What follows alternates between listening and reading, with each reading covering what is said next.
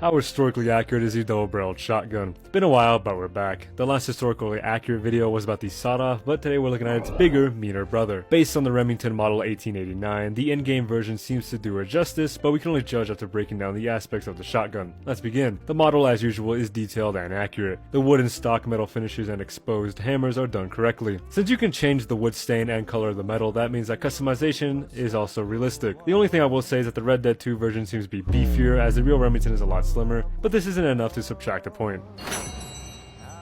The exact caliber of the Red Dead 2 double barrel is never stated, but using what we know about the sawed-off, we can assume the in-game version is chambered in 12 gauge. It's the most common caliber and it's what this sawed-off was chambered in, but there are possibilities of the gun using 16 or even 10 gauge shells. But using context clues like the intro, we can actually see that the shells are 20 gauge. Now since Red Dead 2 was released around the 20th anniversary of Rockstar Games, we can chalk it up to that. So for the sake of being consistent, we'll assume that the double-barreled and sawed-off both fire 12 gauge.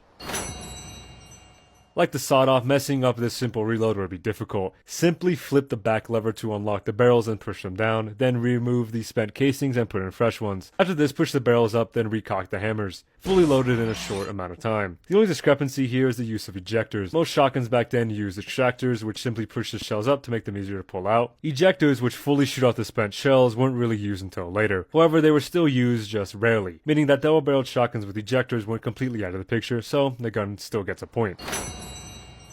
Since dual wield doesn't exist for long arms, we can look at the relevancy of the guns. The double-barreled in-game is pretty much a common rifle, and most NPCs carry the gun. Hell, even Uncle has a custom variant. Being a relatively cheap, versatile, and reliable gun, this means that a lot of working men could get their hands on this rifle. Thus, the gun earns a point. There we go, a perfect 4 out of 4 score for the double-barreled. Let me know your thoughts down below, and don't forget to like and subscribe if you enjoyed. For now, let's get into